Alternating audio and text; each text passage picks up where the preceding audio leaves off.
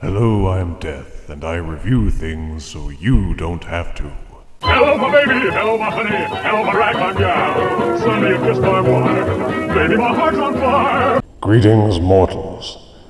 This review comes from the GDO line of Transformers. These are mostly repaints and remolds that were made for distribution in China, but which wound up in American stores as well. These figures were highly sought after and hard to find, though exactly why that is a mystery to me. I mean, if you look at the packaging for pretty much any Transformer, it says made in China somewhere on the box. So they're all Chinese figures, really. And here is GDO Laserbeak out of his package. As you can see, it is a straight-up repaint of Revenge of the Fallen Skystalker Scout class figure. And as Skystalker was one of the best Scout figures ever made, this GDO repaint can't really go amiss. One of the only places left now to buy this figure new in box is Amazon. But be prepared for a hefty price tag. In robot mode, he looks skeletal and cool, which I appreciate. He has excellent posability, as with Skystalker. The only really annoying thing is that his spring-loaded feet will always fold out when lifted from the ground, meaning you have no choice when lifting him but to have him go all ballerina.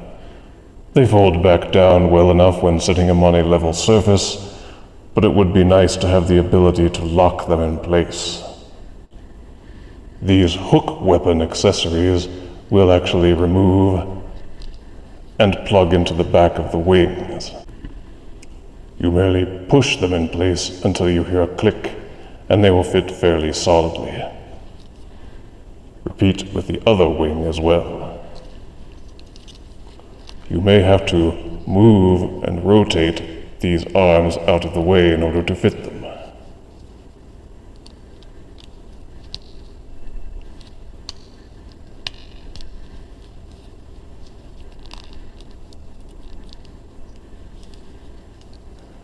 This will give him his Batman look. I am vengeance, I am the night, ha ha ha. The paint applications on GDO Laserbeak are extraordinarily good. The silver paint is nice and shiny. The grayish color sets it off well, as well with the red. The colorization is an homage to Generation 1 Laserbeak. The hook accessories can actually be used to interact with other figures who share the same mold, such as Sunspot and Skystalker. You may link them together with their axe weapons to do that sort of barrel of monkeys thing. The transformation is identical to Skystalker's. For best results, start from the back and push the arm segments down until they fit into the sides like so. Push the legs out of the way if you need to. Rotate the arm piece so that the jet plating faces upward, and repeat for the other side. The two halves should push together nicely and click into place. They fit almost seamlessly. After that, push the wings down and into place. There will be a corresponding slot here, which fits into this tab here.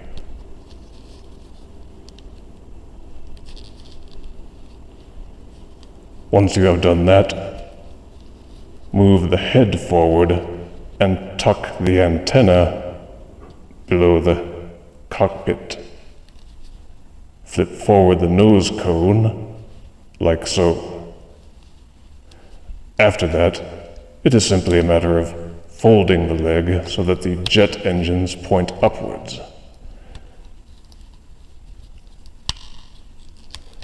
Tuck in the feet,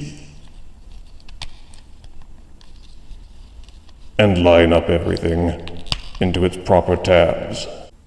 And here you have Laserbeak in his stealth jet mode. He looks just as cool as a stealth jet as he does as a robot. And he even vaguely resembles Laserbeak in his Cybertronian form from the Generation 1 cartoon. The paint application's superiority stands out very well in jet mode.